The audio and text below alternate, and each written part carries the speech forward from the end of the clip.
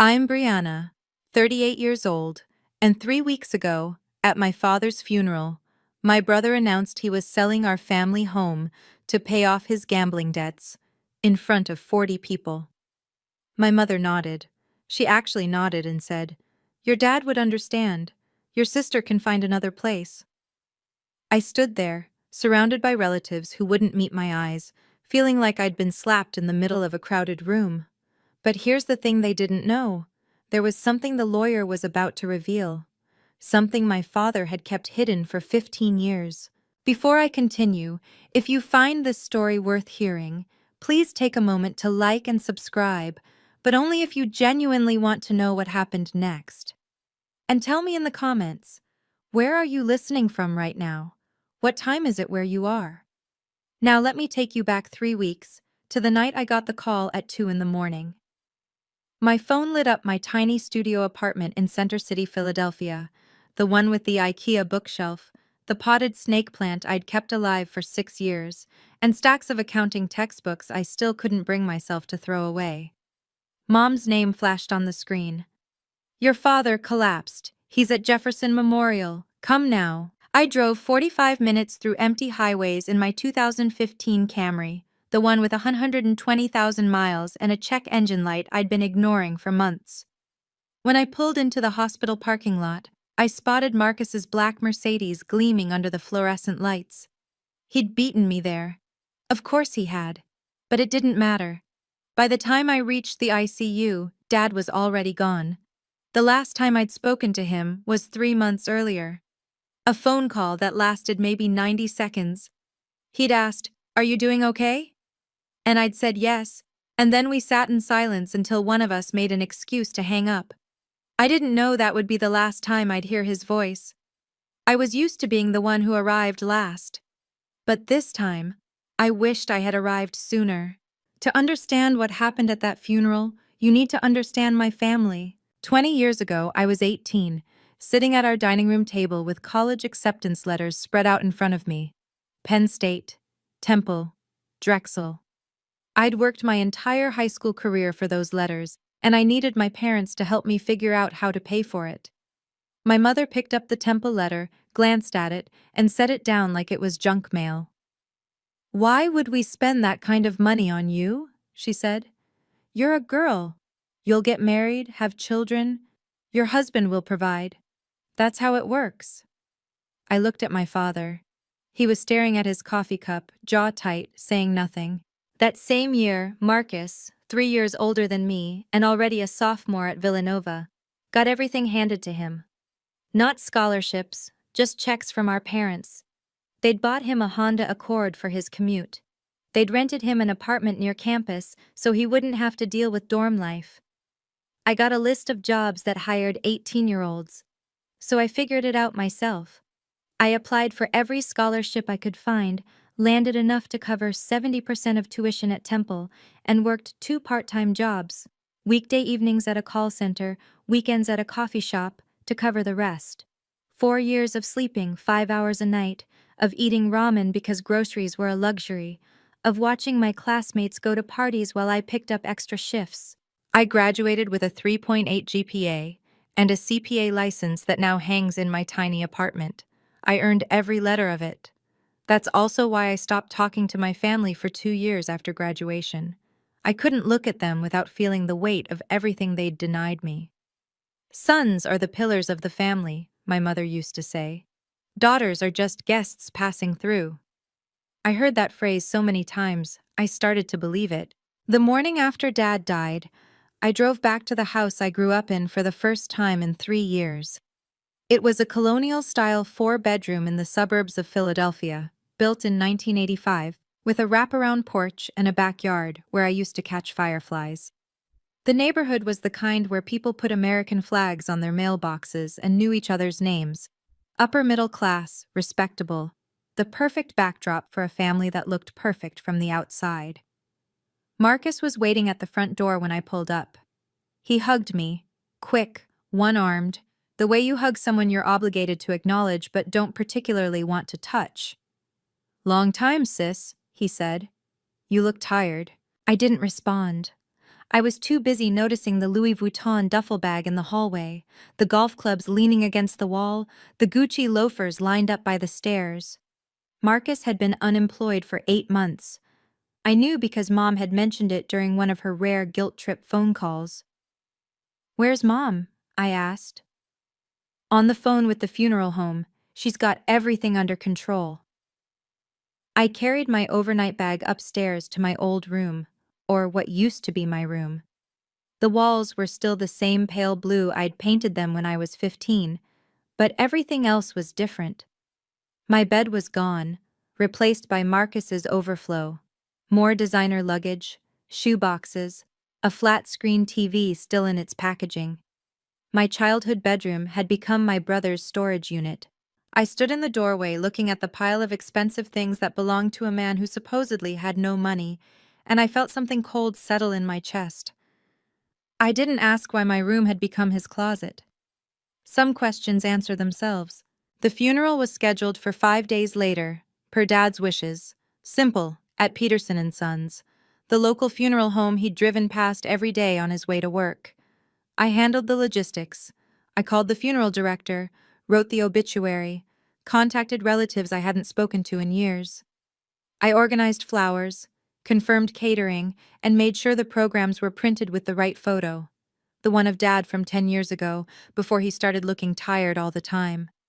Marcus handled the sympathy.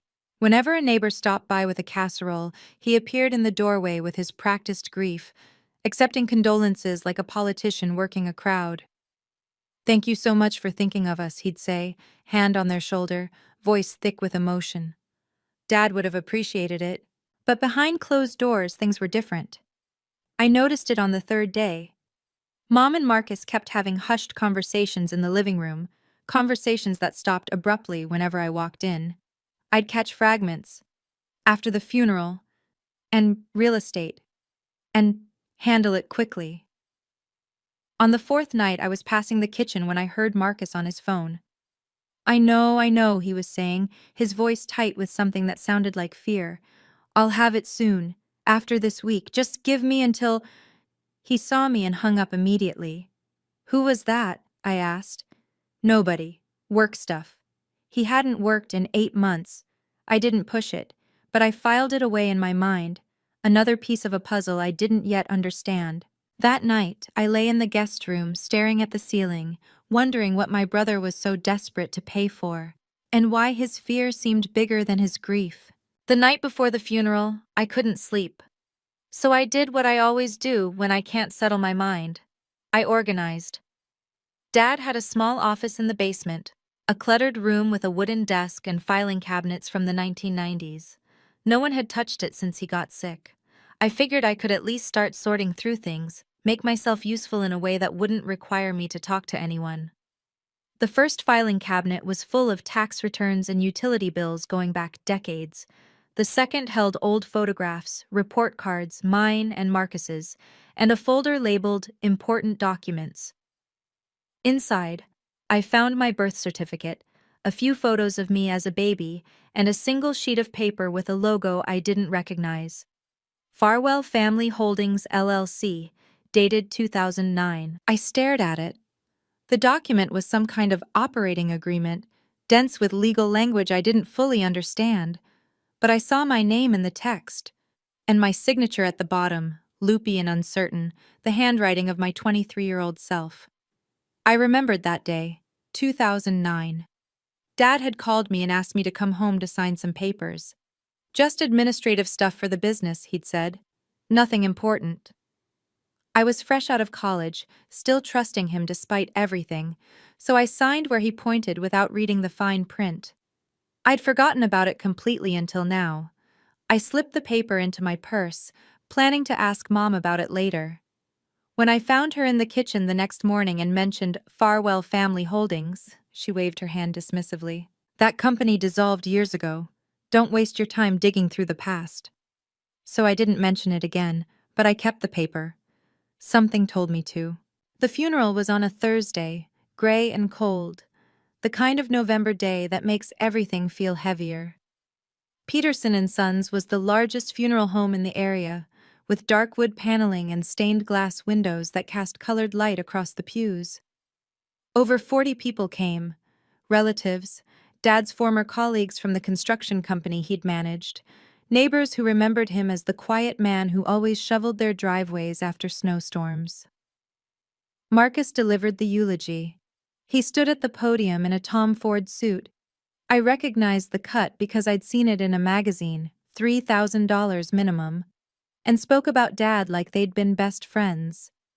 He talked about fishing trips they'd taken, advice Dad had given him, the unbreakable bond between father and son.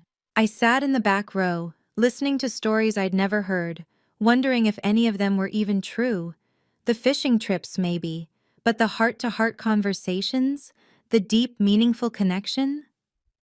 I'd lived in that house for 18 years, and I'd never seen Dad talk to Marcus about anything more personal than sports scores.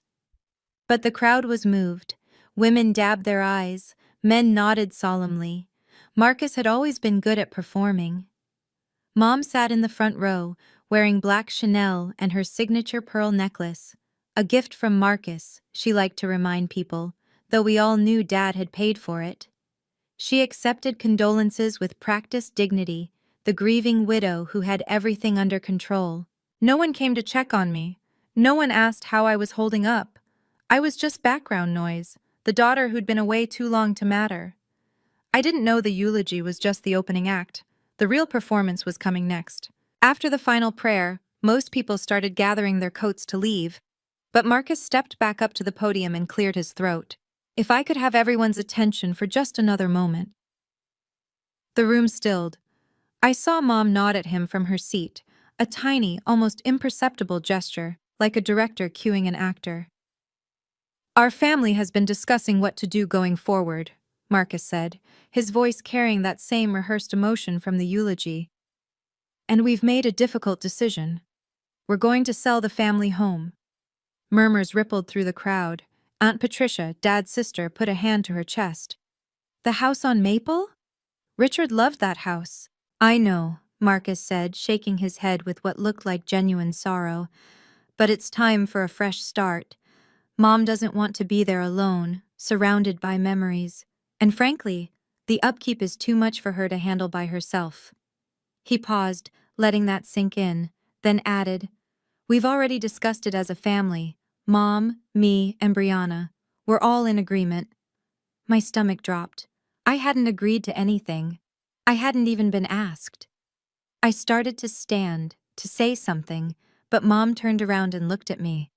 Her eyes were sharp, warning. Don't you dare make a scene. The house will be listed next month, Marcus continued. We just wanted everyone to know, so there are no surprises. After the announcement, people approached Mom with sympathy. Such a hard decision. Richard would understand. You have to do what's best for the family. No one asked me what I thought.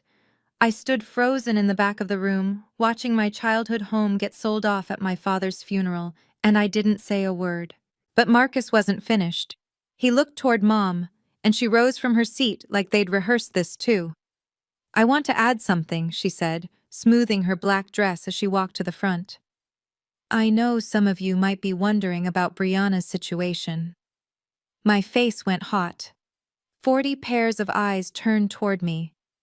Brianna is a strong, independent young woman, Mom continued, her tone the same one she used when explaining why we couldn't afford something she didn't want to buy. She has a good job, her own apartment.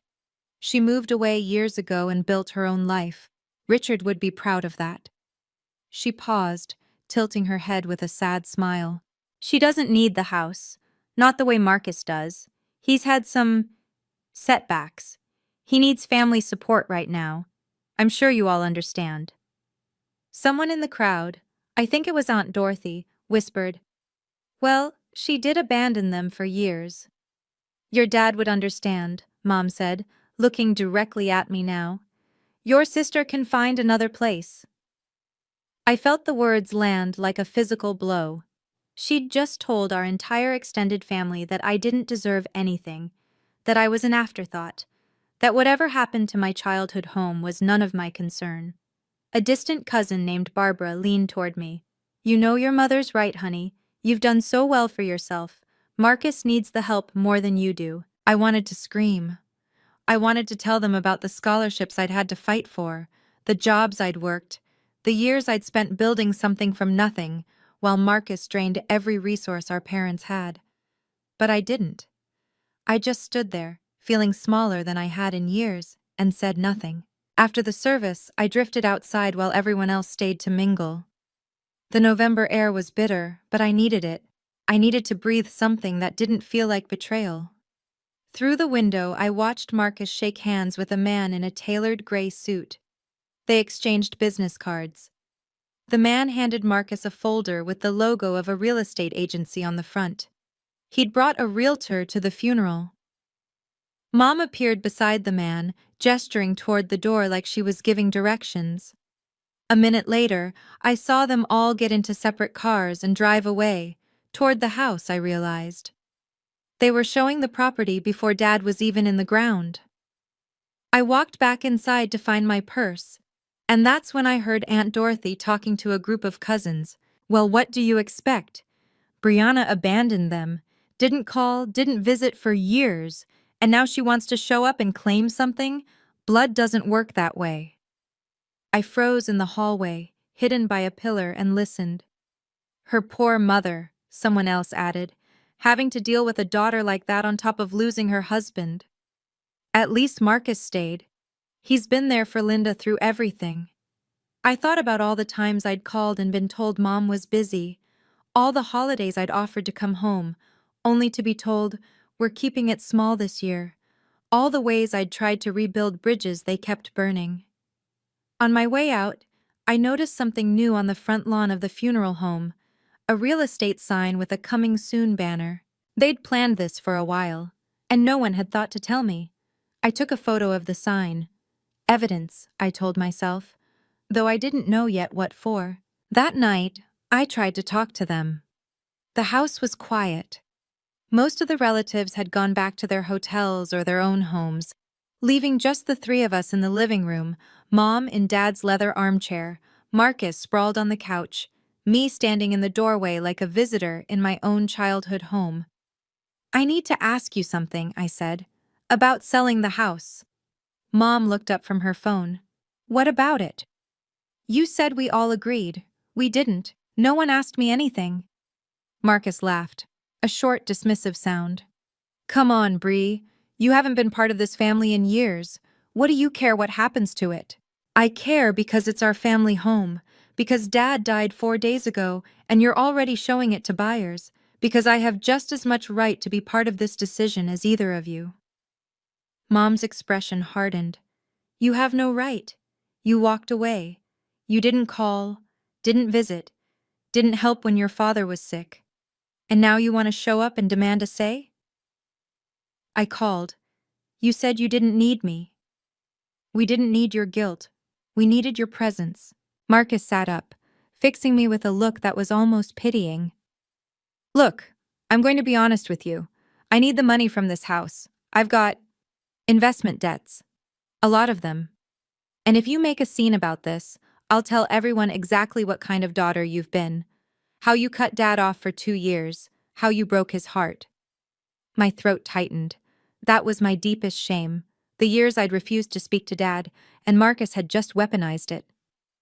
"I'm trying to help the family," he said. "You're trying to tear it apart."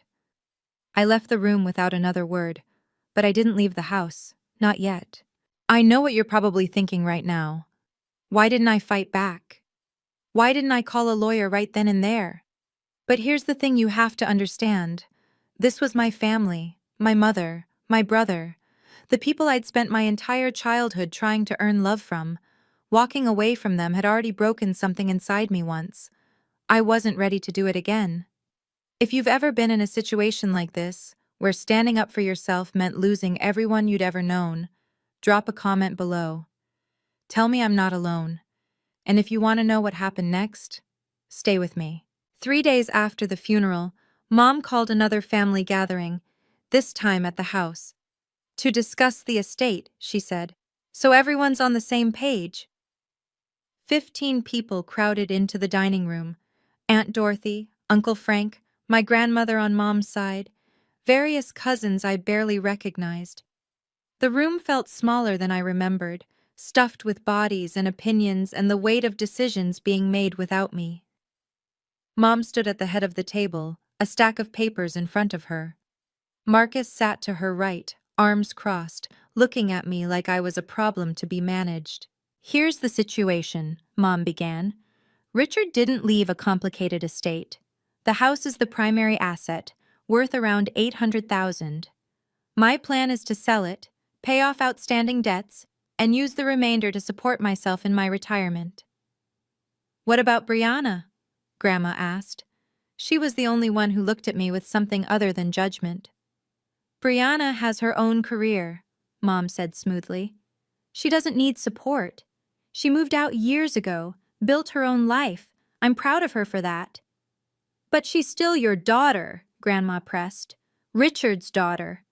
Aunt Dorothy, Mom's sister, jumped in. "With all due respect, Mother, Brianna hasn't exactly been present.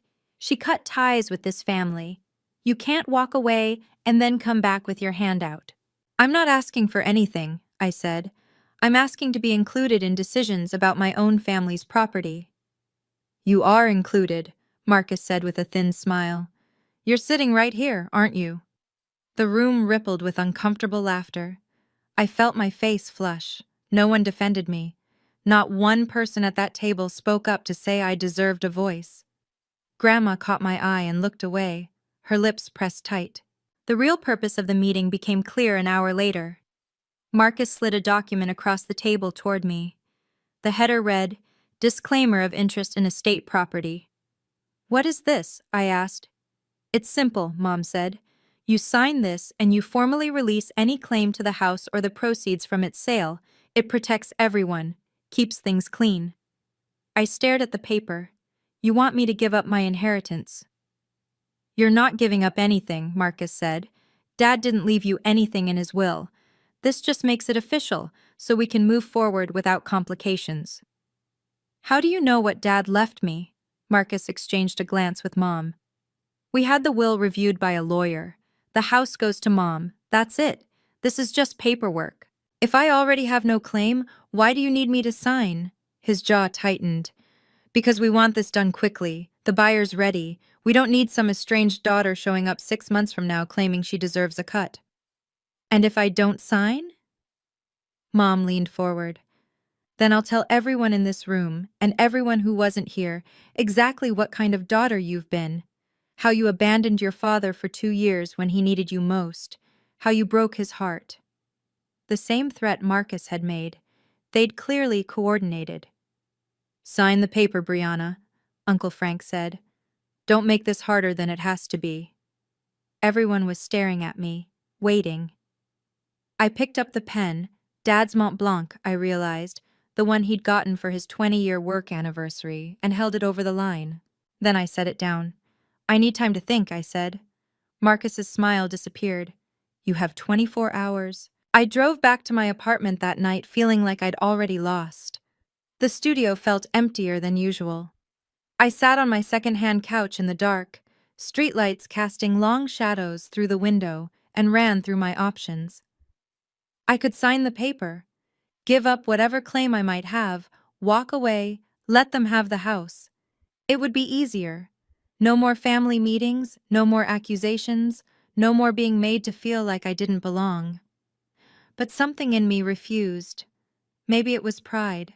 Maybe it was the memory of all those nights I'd worked double shifts to pay for a degree my parents refused to fund. Maybe it was the way Mom had announced to 40 people that I didn't matter. Or maybe it was the paper in my purse, the one with the logo I didn't recognize, Farwell Family Holdings LLC. I pulled it out and looked at it again in the dim light. My signature was there at the bottom, loopy and young, from 15 years ago. Dad had asked me to sign it, and I had without question, because I trusted him. What had I signed? I thought about calling a lawyer, but it was almost midnight, and I didn't even know where to start. Then I remembered. Dad's funeral program had listed a name, Gerald Whitmore, estate attorney, Henderson Family Council for 20 years. I found the number in Dad's old address book, which I'd taken from his office along with a few other things. Tomorrow, I decided. Tomorrow I would call this Gerald Whitmore and ask him what Farwell Family Holdings meant. If I was going to lose, at least I wanted to know the truth first. Gerald Whitmore's office was on the 4th floor of a brick building in downtown Philadelphia, the kind of place with brass nameplates and Persian rugs and the faint smell of old paper. He was older than I expected, late 60s with white hair and wire-rimmed glasses that made him look like someone's grandfather. But his eyes were sharp when he shook my hand. "Miss Henderson, I was hoping you'd call." That surprised me. "You were? Please sit down." He gestured to a leather chair across from his desk. "I've been your father's estate attorney for 20 years. He and I had an understanding." I pulled the LLC document from my bag and slid it across the desk. "I found this in his files. I don't know what it means, but it has my name on it." Whitmore picked it up and something flickered across his face. Recognition. Maybe relief. "Do you know about Farwell Family Holdings LLC?" he asked. "My mother said the company dissolved years ago." "Your mother is mistaken." He opened a drawer and pulled out a manila folder, thick, well-organized, like he'd been keeping it ready. "Miss Henderson, there's something your father asked me to tell you, but only when the time was right." My pulse quickened. "What do you mean?" "The family house, the one on Maple Street, it's not part of your father's estate." "What?" "In 2009, your father transferred the property into Farwell Family Holdings LLC. The house belongs to the LLC, not to him personally." I stared at him. "Then who owns the LLC?" Whitmore looked at me over his glasses. "You do, Miss Henderson. You're the sole member. You have been for 15 years. For a long moment, I couldn't speak. "That's not possible," I finally managed. "I would have known. Someone would have told me." Whitmore shook his head slowly. "Your father was very specific about confidentiality. He didn't want anyone to know. Not your mother, not your brother, not even you, until it became necessary." "But why?" He pulled another document from the folder. This one was older, the paper slightly yellowed. "In 2008, your father came to me with concerns. He'd noticed changes in Marcus's behavior, gambling, debts, the beginnings of what would become a serious problem." I thought of Marcus's desperate phone call at the funeral home, the fear in his voice. "Your father loved your brother," Whitmore continued, "but he didn't trust him. He knew that if anything happened to him, Marcus would find a way to drain every asset the family had. So he created a structure to protect the most valuable one, the house." "Yes. He transferred it into the LLC in 2009 and designated you, and only you, as the sole member. The operating agreement is ironclad, properly notarized, filed with the state of Pennsylvania, maintained and compliant every year since." "He paid the LLC fees this whole time?" "He set up a small fund specifically for that purpose. He thought of everything." I felt tears prick at my eyes. All those years I thought Dad didn't care. All those silences I interpreted as indifference. And this whole time, he'd been building a fortress around me. "Your father wasn't good with words," Whitmore said gently. "But he was meticulous with documents. This was his way of saying what he couldn't." I wiped my eyes with the back of my hand. "What do I do now?" "Now," he said, "we set the record straight." Whitmore let me sit in his office for as long as I needed. He made tea, Earl Grey in china cups that looked like they'd been his grandmother's, and waited while I processed everything. For the first time since Dad died, I really cried.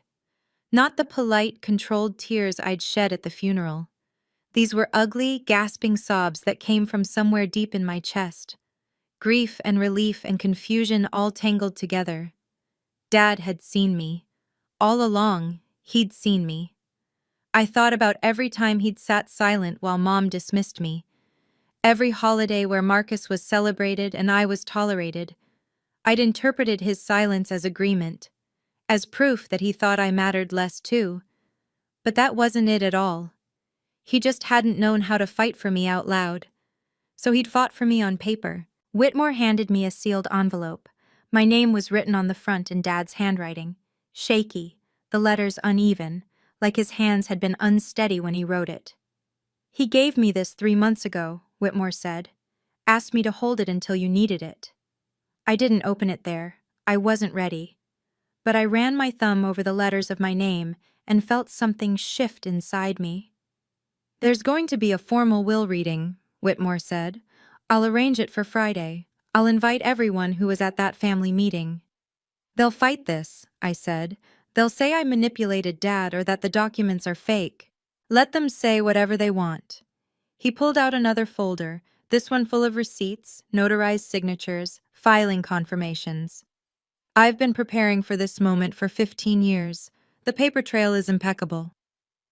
For the first time in weeks, I felt something like hope. How do you want to handle this? Whitmore asked. I'd stopped crying by then. The tea had gone cold, but my mind was sharper than it had been in days. I could tell them privately, I said.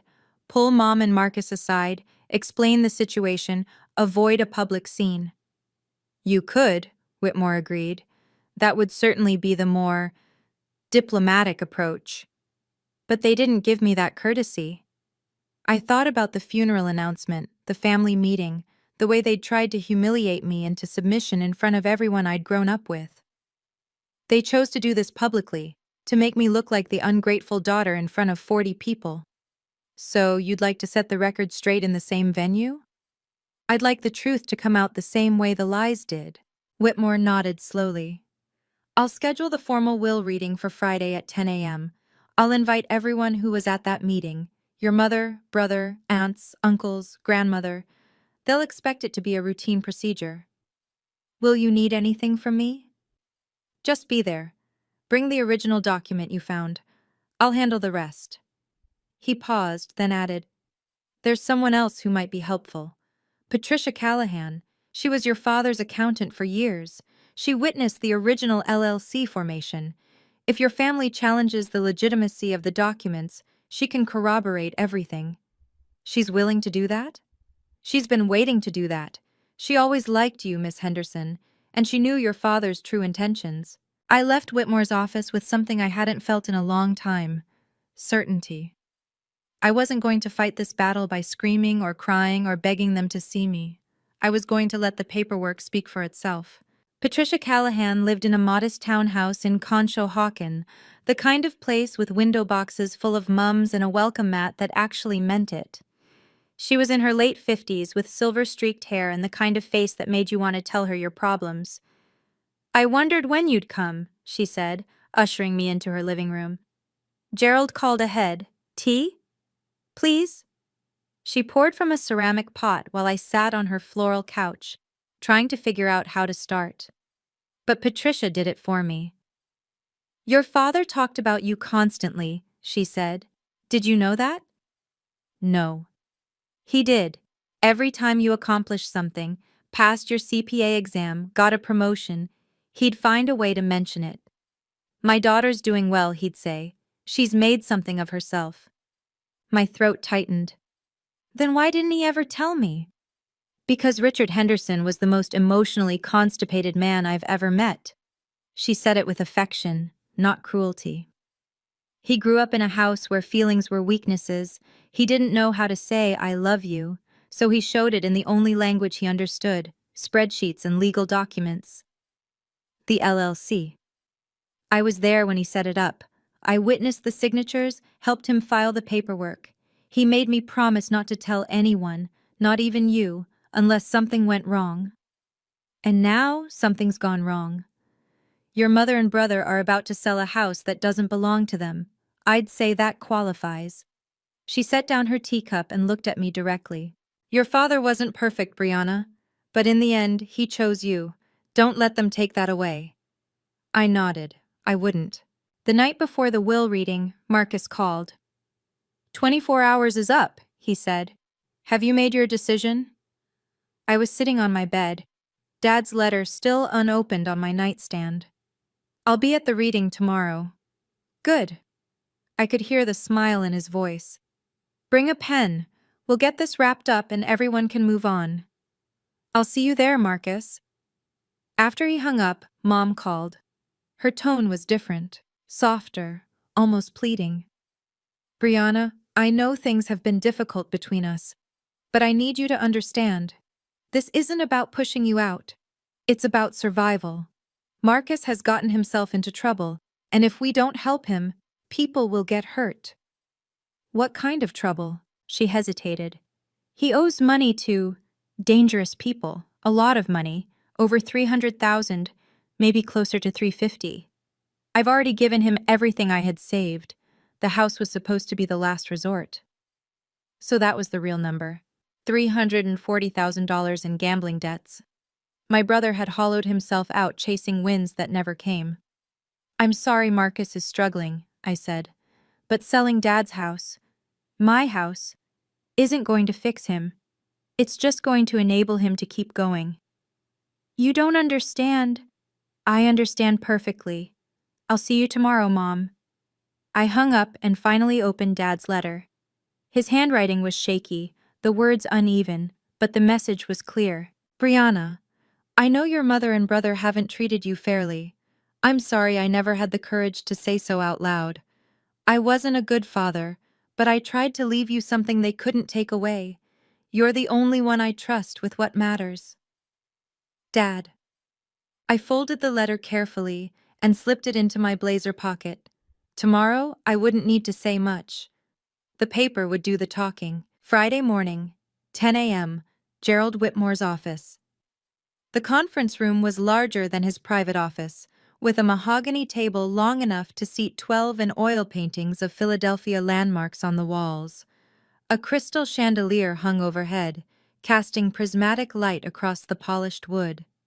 I arrived at 9:45 and found Whitmore already setting up, folders arranged at his seat, a glass of water at each place, the overhead projector ready in case he needed to display documents. Are you ready? He asked. As I'll ever be. The family started arriving at 9:55. Mom came first, wearing black again, this time a designer dress I didn't recognize, with the pearl necklace gleaming at her throat. She barely glanced at me before taking a seat at the opposite end of the table. Marcus strolled in 15 minutes late, because of course he did.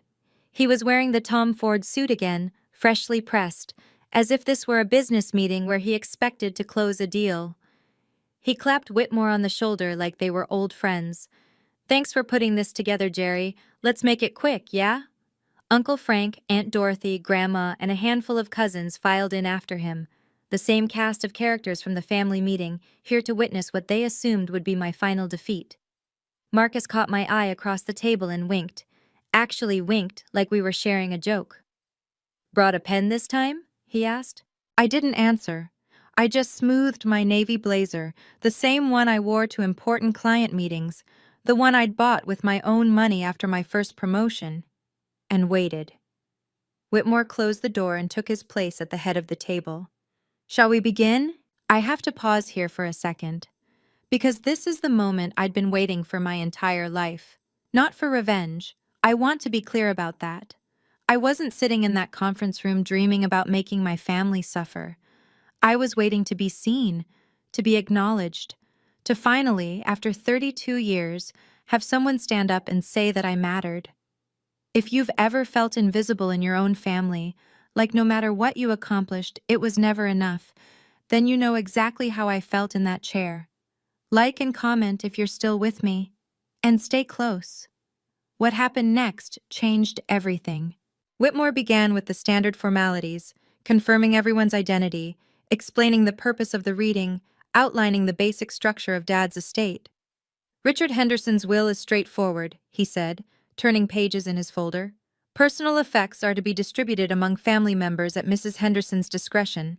His vehicle, a 2018 Honda Accord, goes to Marcus. His savings accounts, totaling approximately $47,000, go to his wife, Linda. Mom nodded, looking satisfied. Marcus leaned back in his chair with the air of someone watching a horse he'd bet on pull ahead. And the house? Aunt Dorothy prompted. The Maple Street property? Whitmore paused. He removed his glasses, cleaned them on his tie, and put them back on, a gesture I would later realize was entirely deliberate. "Regarding the house," he said slowly, "there's an issue." The room went quiet. Marcus sat up straighter. "What kind of issue?" Mom asked. "The property on Maple Street is not part of Mr. Henderson's personal estate." "That's ridiculous," Marcus said. "He owned that house for 30 years. "He lived in that house for 30 years, Whitmore corrected. "But the ownership transferred in 2009. The property is held by a limited liability company called Farwell Family Holdings, LLC. I watched the blood drain from my mother's face. Marcus looked confused, like someone had started speaking a language he didn't understand. "What the hell is Farwell Family Holdings?" he demanded. Whitmore pulled a thick folder from beneath his notes. On the cover, in Dad's neat handwriting, was a label: Property Documents. Do not destroy. "I think," Whitmore said, "we need to discuss the corporate structure your father put in place 15 years ago." Whitmore laid out the documents one by one, like a dealer spreading cards across a table. In 2009, Richard Henderson transferred the Maple Street property into a limited liability company. The LLC was properly formed, the transfer was legally recorded with the county, and all taxes and fees have been paid every year since. "So the company owns the house," Marcus said. "Fine. Who owns the company?" "The operating agreement specifies a single member, one person with complete control over the LLC and all its assets." Whitmore looked at me. Every head in the room turned to follow his gaze. "That person is Brianna Henderson." The silence lasted exactly 3 seconds. Then Marcus exploded out of his chair. "That's bullshit!" His face had gone from pale to red in an instant. "She manipulated him. She got to him when he was sick and confused." "The documents were executed in 2009, Whitmore said calmly. "Your father was 53 years old and in perfect health. The signatures were notarized by a licensed notary public and witnessed by his accountant, who is prepared to testify to his mental competence at the time." "I don't believe this." Marcus grabbed one of the documents and scanned it, his hands shaking. "This is fraud. This is your father's choice," Whitmore said. "Made deliberately, maintained carefully, and legally binding." Mom finally spoke, her voice barely above a whisper. "He never told me. 25 years of marriage and he never said a word. He asked me to keep it confidential. I honored that request." I sat very still, feeling the weight of 40 years of family dynamics shifting in real time. My aunts were staring at me. My grandmother had tears in her eyes, and my brother looked like he wanted to flip the table. "The house is worth nearly $900,000, Marcus said. "It belongs to the family." "It belongs to the LLC, Whitmore replied, "and the LLC belongs to your sister." Mom turned to me with an expression I'd never seen before, some mixture of betrayal and desperation that made her look older than her 67 years. "You knew," she said. "This whole time you knew." "I found out 3 days ago," I said, "after you announced at Dad's funeral that I could find another place." "Don't you dare!" Marcus started. "Let her finish," Grandma said sharply. Everyone fell silent. I took a breath. "I found a document in Dad's office and didn't know what it meant. I called Mr. Whitmore to ask. He told me the truth, a truth that neither of you ever bothered to share, because you'd already decided I didn't deserve to be part of this family's decisions." Mom's composure cracked. "We need that money, Brianna. Marcus is in trouble, real trouble. He owes people who don't negotiate." "How much?" Uncle Frank asked, frowning. Marcus said nothing, so I did. $340,000. Gambling debts. The room erupted. Aunt Dorothy's hand flew to her chest. One of my cousins muttered, "Jesus Christ." Uncle Frank stared at Marcus like he'd never seen him before. That's not accurate," Marcus stammered. "It's investments, not—" "I've been covering for him for years," Mom said, her voice breaking. "I've given him everything I had. The house was supposed to be the last resort." She looked at me with red-rimmed eyes. Your father's only been gone 2 weeks, and you're going to take our home? I'm not taking anything, I said. I'm claiming what Dad left me. The same way you've been claiming everything he left you. The only difference is, he made sure this one couldn't be taken away. The pearl necklace around her throat caught the light as she bowed her head. For the first time in my life, I had said something she couldn't argue with. I stood up. Everyone's attention snapped to me, some hostile, some curious, some carefully neutral. I could feel my heart pounding, but I kept my voice steady. I'm not here to gloat, I said. And I'm not here to punish anyone. I'm here because Dad wanted me to have this. He made that choice when I was 23 years old, and he kept it secret for 15 years. That tells me something about what he believed. It tells me he was manipulated, Marcus spat. It tells me he saw what was coming. I looked directly at my brother. He knew you'd burn through everything he built if given the chance. And he was right. Marcus lunged forward, and for a moment I thought he might actually hit me. But Uncle Frank grabbed his arm. Sit down, Uncle Frank said. You've done enough damage. I turned to my mother. You can stay in the house. I'm not going to put you on the street, but it will be under a formal lease. $1 a month, renewable yearly, at my discretion. $1 a month? She repeated. And Marcus doesn't live there. That's non-negotiable. You can't. I can. The house belongs to my LLC.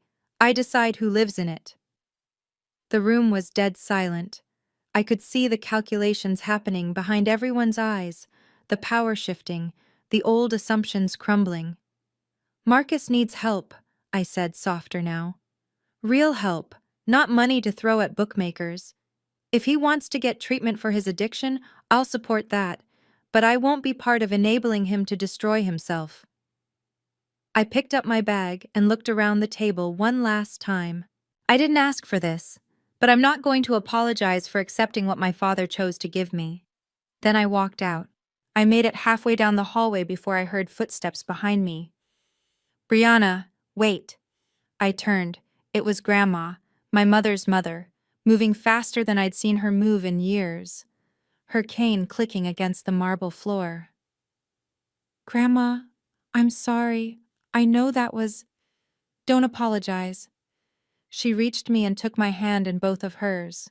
Her grip was stronger than I expected. I need to tell you something. We stepped into an alcove near the elevator, out of sight from the conference room. I knew, she said. What? About the LLC. Richard told me before he died. He asked for my blessing. I stared at her. You knew this whole time? He came to me 3 months ago, right after his diagnosis, said he didn't have much time left and needed to know he'd done the right thing. Her eyes glistened. He asked me, do you think I should protect Brianna? And I told him yes, because your mother wasn't going to. I felt tears threatening again. Why didn't you say anything at the family meeting? Because it wasn't my secret to tell, and because... She sighed. I wanted to see if your mother would come to her senses on her own, give her a chance to do the right thing. She didn't. No, she didn't. Grandma squeezed my hand. But you did. You stood your ground. You didn't let them bully you. I learned from watching you, I said quietly. She smiled, a real smile, the kind I remembered from my childhood. You remind me of your grandfather. He was stubborn too, in the best way. She patted my cheek and turned back toward the conference room. Go home, sweetheart. You've earned a rest. I'll handle what's left in there. I was almost to my car when Marcus caught up with me. Brianna, wait, please. I stopped but didn't turn around. I could hear his breathing, ragged, uneven, like he'd been running. I know you're angry, he said. You have every right to be, but you don't understand what's happening. Then explain it. He moved around to face me, and for the first time, I saw past the expensive suit and the practiced confidence. My brother looked broken. Dark circles under his eyes, hands trembling, the desperation of a man who had run out of options. The people I owe money to, he said. They're not patient. They've been sending people to follow me, leaving notes on my car. Last week someone slashed my tires. Marcus! I'm scared, Bree. His voice cracked. I got in over my head, and I kept thinking I could win it back, just one more bet, one more game, and then it would all be fine. But it never was. And now I'm so deep I can't see a way out. I looked at my brother, really looked at him. The man who had been handed everything I'd had to fight for, who had squandered every advantage and still expected someone else to clean up his mess. And underneath all that, I saw the kid who used to play catch with me in the backyard. The teenager who walked me to school when I was scared of the older kids, before everything went wrong. You need rehab, I said, not money. I know. 90 days, minimum. A real program, not some weekend retreat. He nodded, not meeting my eyes. If you do that, I said, really commit to getting help, then we can talk about what comes next, but not before. And if I don't? Then you're on your own. Mom was waiting by my car. She must have slipped out a side entrance while I was talking to Marcus. Her makeup was streaked, the careful facade completely dissolved. She looked smaller somehow, like grief and shock had compressed her. Did he leave anything for me? She asked quietly. Richard, in that folder of his. Any message, any explanation? I thought about lying, telling her that Dad had written her a beautiful letter full of reconciliation and forgiveness, but she didn't deserve a lie. She deserved the truth. No, I said. He didn't mention you at all. She flinched like I'd struck her. 35 years, she whispered. I gave him 35 years of my life, and he left everything to— He left the house to me, I said. Not because he loved me more, because he knew you and Marcus would burn through it, and he was right. I was doing what I thought was best for the family. You were doing what was best for Marcus. There's a difference. She started to argue, then stopped. Something shifted in her expression, not acceptance exactly, but the beginning of recognition. I raised him the way I was raised, she said. Sons are investments, daughters are temporary. That's what my mother taught me. Grandma seems to have changed her mind, a bitter laugh. She always liked you better. Maybe she just saw me more clearly. Mom reached up and unclasped her pearl necklace, the one she'd worn every day for as long as I could remember, and held it in her palm for a moment. I don't know how to fix this, she said. Neither do I admitted. But maybe that's where we start. She didn't respond. She just walked away, still holding the pearls, leaving me alone in the parking lot with the weight of everything that had just changed. The will reading broke up slowly after I left. I heard the details later, from Grandma and from Whitmore. Aunt Dorothy had tried to argue that the LLC was somehow fraudulent, but Whitmore shut her down with documentation that went back 15 years. Notarized signatures, state filings, annual reports. Every I dotted, every T crossed. Uncle Frank had taken Marcus aside and told him he was a disappointment. Harsh, maybe, but Marcus just nodded. He was too hollowed out to fight anymore. Patricia Callahan called me that evening. You did beautifully, she said. Your father would have been so proud. I just told the truth. Sometimes that's the hardest thing to do. She told me she'd watched the family leave one by one. Some of them stopped to shake Whitmore's hand and mutter apologies for their earlier assumptions. A few cousins had apparently texted me, though I hadn't checked my phone yet. Your grandmother stayed until the end, Patricia added. She wanted to make sure the message was clear. She told your mother, "You did this to yourself, Linda. Don't blame the child." I smiled despite everything. Grandma had always had a spine of steel, even when the rest of us were crumbling. 2 days later, Whitmore's office sent me a formal package, the original operating agreement, the property deed, the keys to the house on Maple Street. All of it now officially, publicly mine. I held the keys in my hand, the same brass keyring Dad had carried for 30 years, with a worn leather fob and a tiny photo of me at age 5 tucked inside the clear window. He'd been carrying my picture all along. I just never knew where to look. 2 weeks later, I moved back into the house on Maple Street. Not permanently, not at first. I kept my apartment in the city for work. But I started spending weekends at the house, clearing out the clutter, fixing the things Dad had let go during his final months. The first thing I did was empty my old bedroom.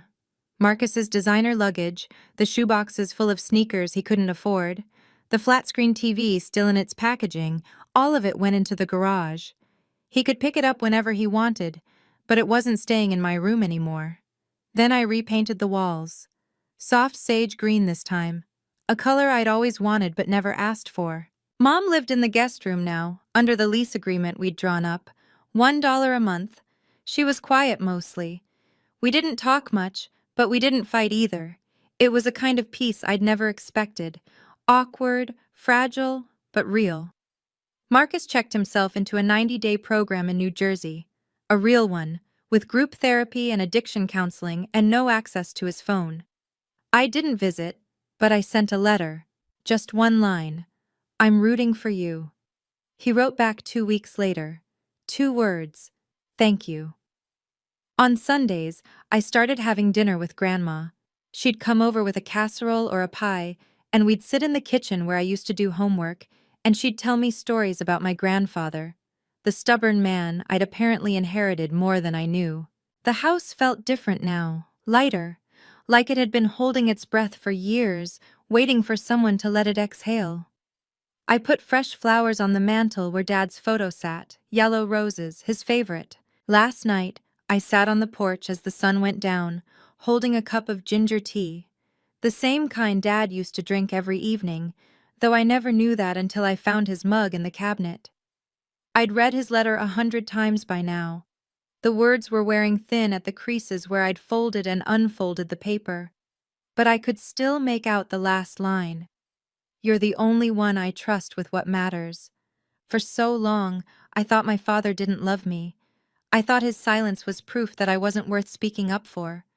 That I was invisible to him the same way I was invisible to everyone else in that house.